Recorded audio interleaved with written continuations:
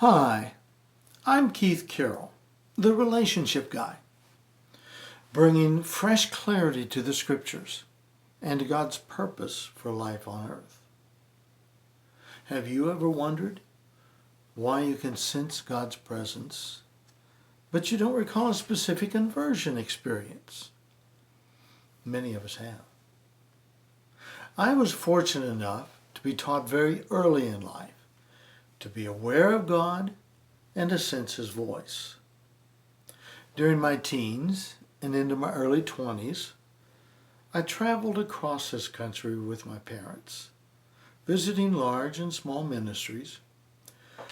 We wanted to hear what God was saying and see how He was moving in ministries and people's lives.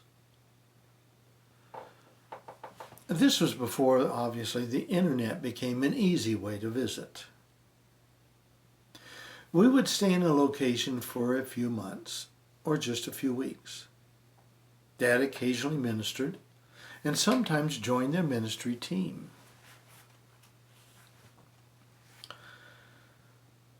One summer, while walking to an evening job, I recalled some of the dramatic conversion stories I'd recently heard. I then began to wonder, was I missing out by not experiencing a conversion? So I asked God, should I walk away so I can know the thrill of a conversion? It sounds so great. Almost immediately, I sensed God respond and say, you have chosen a better way. Growing up on the road this way did have its downfalls. It kept me from developing close friendships.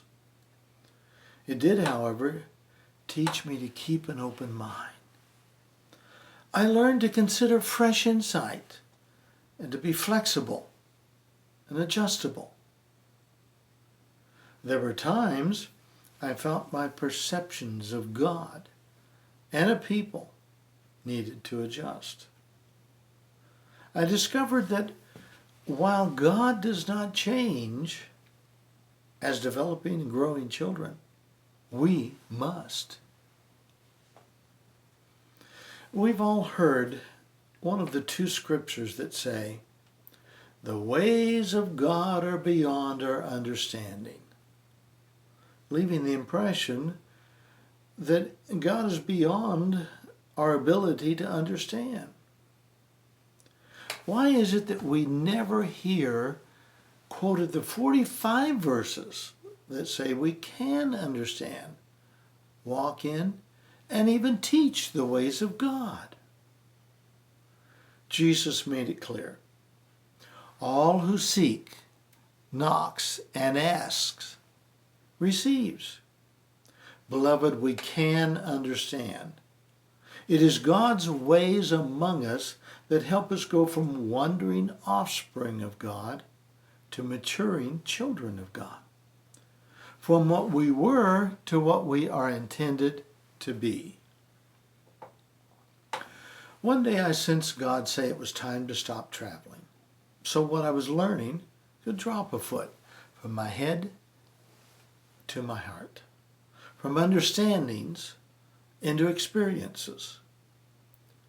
So I became a part of a fellowship in Dallas and experienced a variety of relationships. I married Nancy and started a family. We have raised what has turned out to be 3 very godly children who have married wonderful spouses and are raising our delightful grandchildren.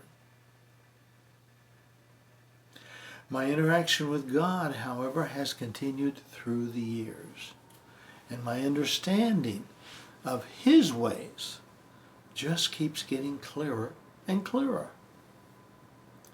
In the book, The Christ Culture, I identify 7 of the most basic ways of God. I include one that is almost entirely ignored. This book is ideal for the new and the seasoned believer who wants to understand better the processes God uses to form us into the persons we are designed to be. Can I invite you to join me in this exciting journey, making sense of Scripture and this gift called life? Be sure to get your copy of The Christ Culture. Thanks for watching. God bless.